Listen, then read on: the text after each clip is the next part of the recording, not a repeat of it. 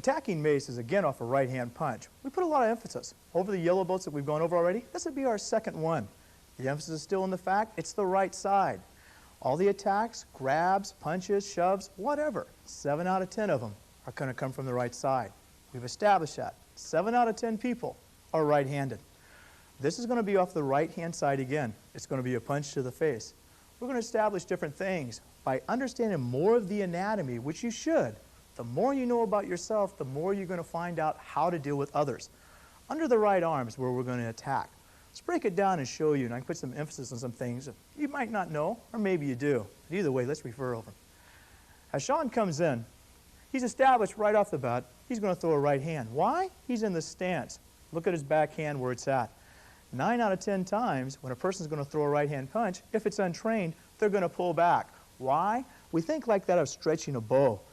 The more back we go, the farther it's going to travel. That means more speed it's going to have, and that means it's going to hurt better. If that's the case, why don't we start and do it as a running type punch? We'd get more power out of it. Looking at it that way and realize if I ran and tried to hit with a punch, we're not going to have that much more power. Majority of the time when a person's in a fight, there is more damage actually done to themselves than the person they're fighting can actually inflict on them. Reason being, lack of knowledge. What this tape is supposed to do to help you, to let you have some knowledge and understand how to employ it.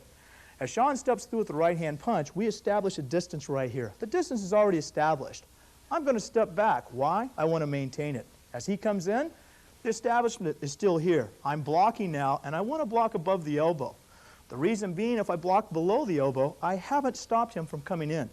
He could trap his arm and come in and strike me with an elbow.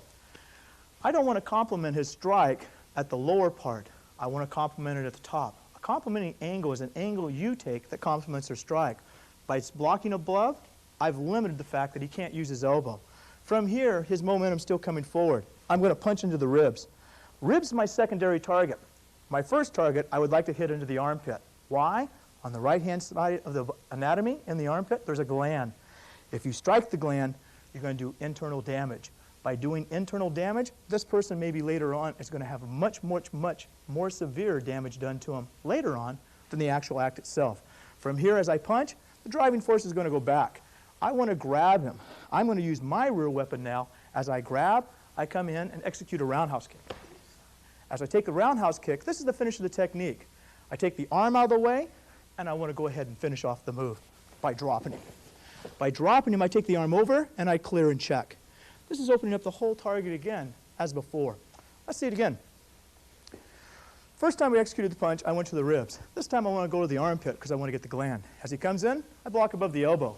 I strike to the armpit. Secondary target, ribs. That would be going to the respiratory system. I want to check off the arm. By checking off the arm, I grab the outside so it can't collapse by going to the inside. Grab, roundhouse kick. Check, take him down, clear the arm, establish. Let's look at it full speed. Right hand punch comes in.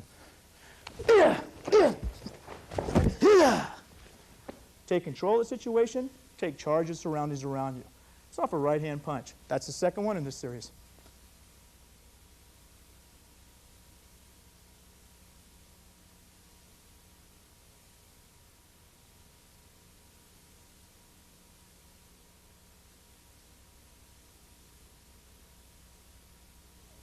In.